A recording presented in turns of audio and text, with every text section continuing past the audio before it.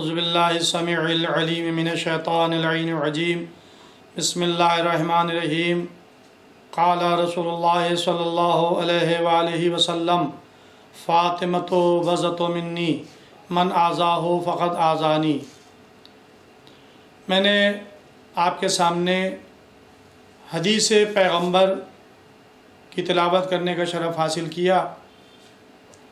خاتم الانبیاء حضرت محمد مصطفیٰ صلی اللہ علیہ وآلہ وسلم رحمت للعالمین، خلق عظیم، اپنے کلام میں اپنی بیٹی کا تعارف کرا رہا ہے اور ارشاد ہو رہا ہے کہ فاطمہ میرا جز ہے، من آذاہ فقط آذانی، جس نے اسے اذیت دی اس نے مجھے اذیت دی۔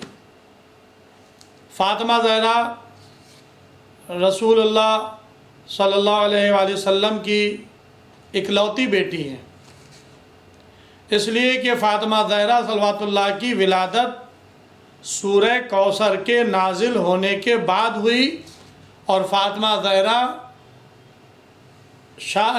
سورہ کوثر کی تفسیر بن کر کے آئیں۔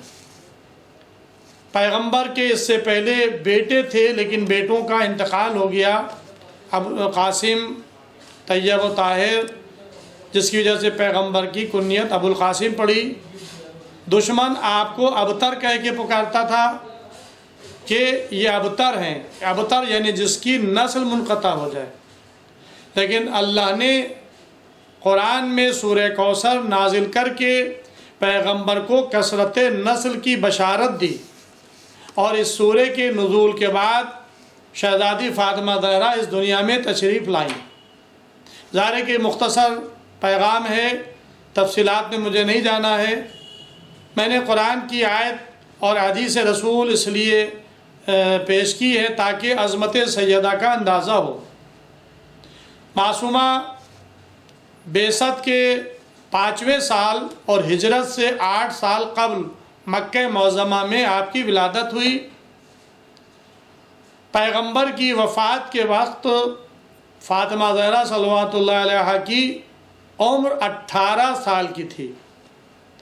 75 دن یا 95 دن بعض روایات کے لحاظ سے آپ اس دنیا میں حیات رہیں، اور اس 75 دن میں پیغمبر کی وفات کے بعد فاطمہ زہرا پر مصیبتوں کے پہاڑ ٹوٹ گئے، اذیتیں آپ کو پہنچائی گئیں، جس کا تاریخ میں تفصیلی ذکر موجود ہے۔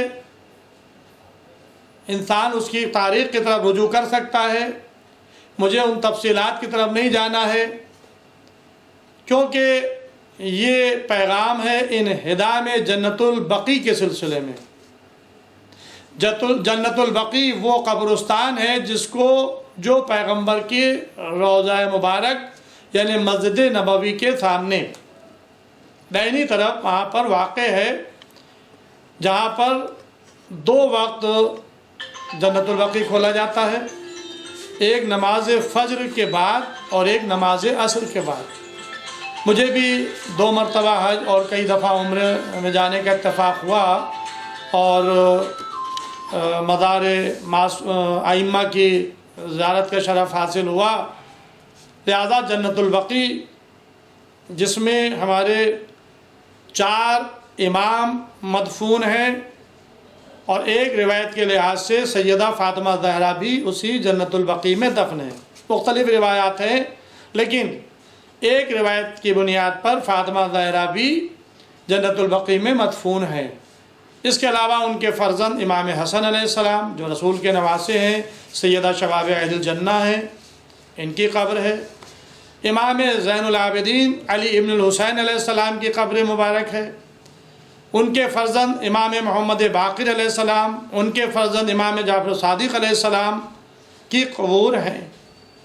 یہ 1300 ہجری میں شاہ سعود نے قبہائے جنت البقیع کو منہدم کر دیا۔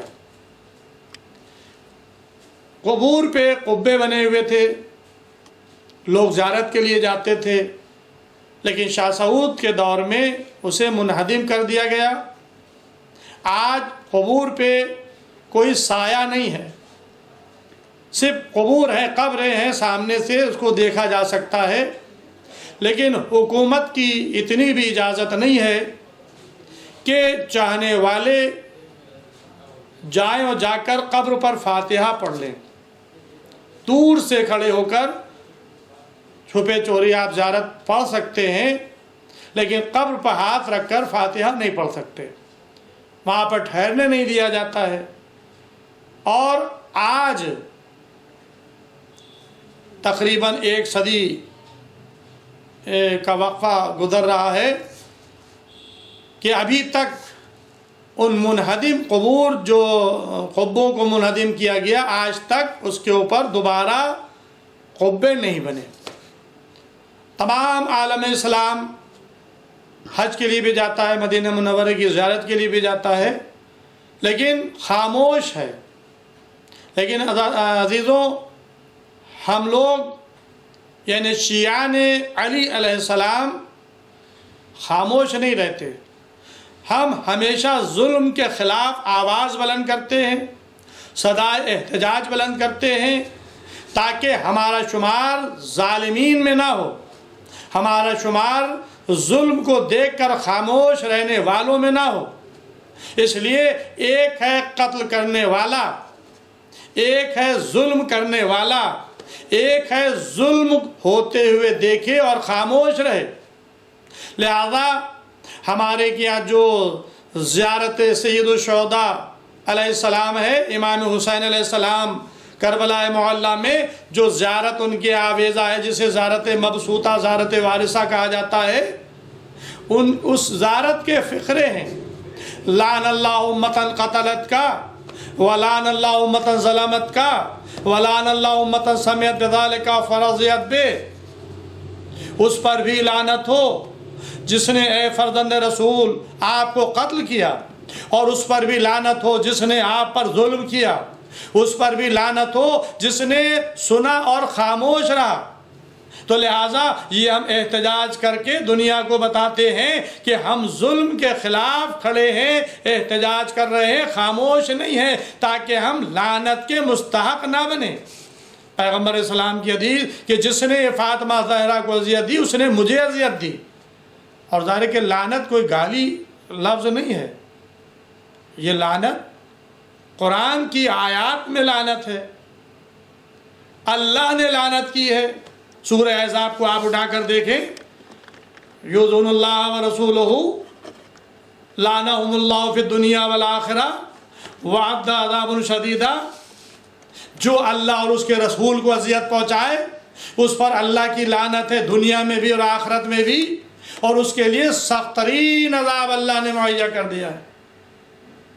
تو عزیزوں، یہ قرآن جو قیامت تک کے اللہ کی کتاب باقی رہنے والی ہے، اس میں خود اللہ لعنت کر رہا ہے۔ کس پر لعنت کر رہا ہے؟ اس ذات پر لعنت کر رہا ہے کہ جو اللہ کو اذیت پہنچائے، جو رسول کو اذیت پہنچائے، اس پر دنیا میں بھی اللہ کی لعنت ہے، آخرت میں بھی اللہ کی لعنت ہے، اور اس کے لیے سخت ترین عذاب ہے۔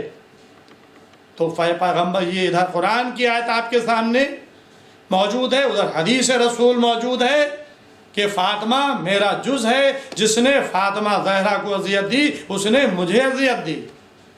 تو عزیزوں،